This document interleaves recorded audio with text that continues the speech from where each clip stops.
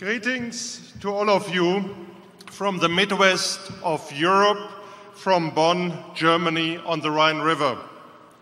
I'm Norman Rentrop. I'm a shareholder in Berkshire, Wesco and Cologne Re. I want to thank you and Ethan Wertheimer to take the initiative and the time to come to 4 cities in Europe and potentially throughout the world to tell owners of family businesses what great alternative Berkshire Hathaway is to selling their businesses to buyout funds. Now my question regarding the chocolate industry.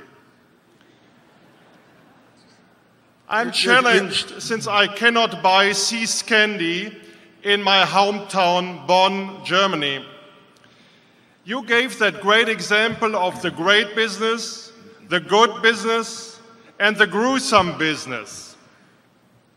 See's candy, you cited having sent like $1.3 billion in cash profits to Omaha. There's another company called Lindt and Sprüngli.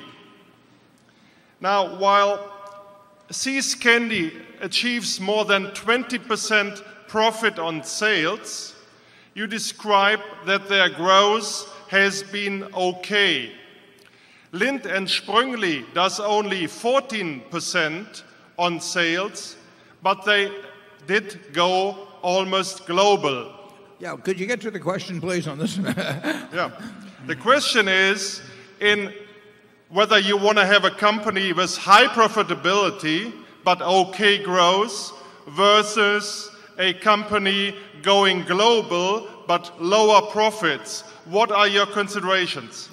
It really makes no difference to us. We evaluate all kinds of businesses, and what we do want is we want a business with a durable competitive advantage, which both of the companies you named do. And we want something we understand, and we want a management that we like and trust, and then we want a price that makes sense. And we try to look at, we probably looked at every confectionery business, for 20 years that publicly owned, where we get the figures. And sometimes we find something where we can take action, and most of the time we don't. When they're private businesses, we don't determine, a really good private business. I always tell the manager the best thing to do if you got a wonderful private business is just keep it. It's going to be worth more next year and the year after. So there's no reason to sell a wonderful business except for kind of extraneous factors. It may be family situations, it may be taxes, it may be that there isn't another potential heir or whatever it may be. But there's no need. If you've got a business worth $1 billion, you don't need the $1 billion. You've got a business that's worth $1 billion anymore than if you've got a farm that's worth $1 million. You've already got the $1 million. You just happen to have it in the farm. And if you like farming, you keep it. So we never urge people to sell good businesses. We urge them to keep them. But there comes times when they do want to sell for one reason or another, maybe once every 20 or 50 years. And we do think if they have a business that they're enormously proud of, it's a really fine business, that they can keep more of the attributes that they love in that business by selling it to Berkshire than they can by far selling it to anyone else. So we are the logical buyer. As you mentioned, I'm going to Europe. Eitan has been wonderful about setting this up, and we're going to make presentations, not to try and get anybody to sell us their business now, because most people shouldn't sell us their business now. But we do want them to think of us when the time comes, when an event occurs that does cause them to think about selling. And we want to be on their radar screen. And we're more on the radar screen in the United States than we are in Europe, and we're going to try to correct that. But if you take a firm like you name and Lindt, there's a price at which we would buy stock in Lindt. There's a price at which we would buy the whole business, but it's unlikely to be selling there.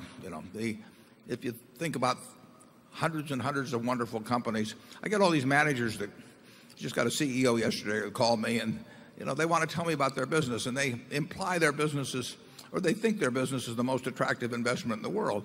It isn't the most attractive investment in the world. There are thousands of possible investments, and the idea that all these managers are saying our stock is the most wonderful in the world is crazy. But it's our job to look at hundreds of things and in terms of marketable securities, buy what we think are the most attractive ones among the ones we understand and like as businesses. And then occasionally we get the chance to buy an entire business. We never do that at a bargain price. It just doesn't happen. People don't do that. The stock market gives you bargain prices. Individual owners won't. But when we get a chance to do that at a fair price, we like doing it. We love building Berkshire with a bunch of businesses with favorable long-term economic characteristics.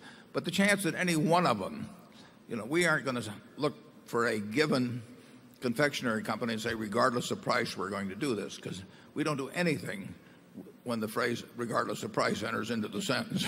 Charlie? Yeah, I watched a man build up a business in Southern California, which was a wonderful business. And the time came to sell it, and he devoted his whole life to creating it. He sold it to a known crook who was obviously going to ruin the business just because he could get a slightly higher price.